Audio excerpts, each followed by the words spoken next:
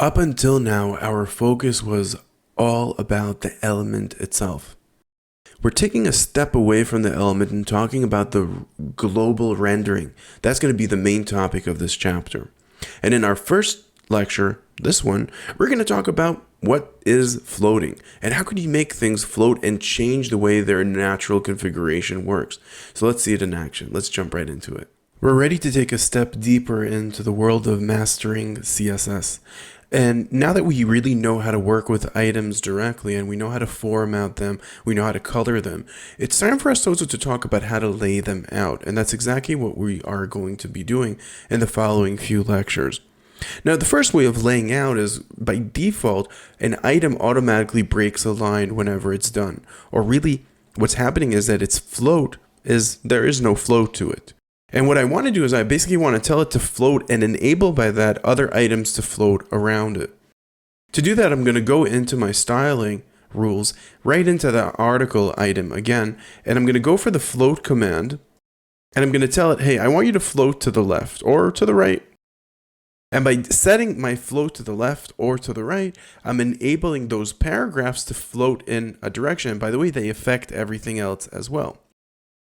So in this case, what I really want to do is I probably want to make my items float to the right and not to the to the other direction, from the left to the right. So I'll set it to float from the left, and I'll just leave here a comment just so you could go ahead there and peek at the different various options that you could set to our items.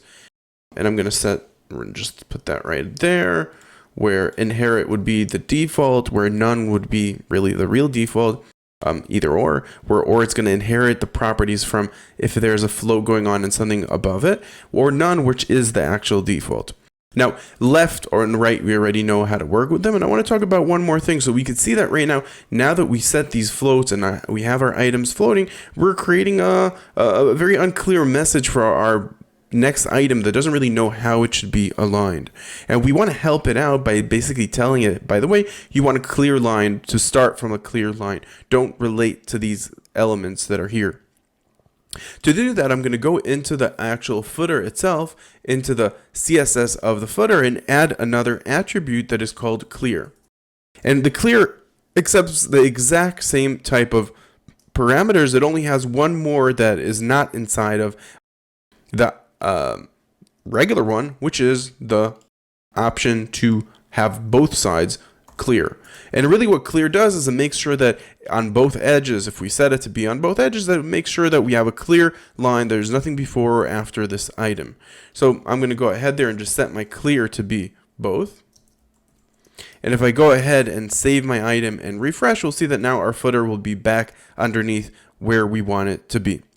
And that's one very, very useful way to align items, such as, for example, if you want to position a few images one after each other, or you want to position different elements, such as in this case where we put two paragraphs, one next to each other instead of one under each other. And that covers this topic. We're not done talking about layouts because we're going to continue talking about that in the following few lectures.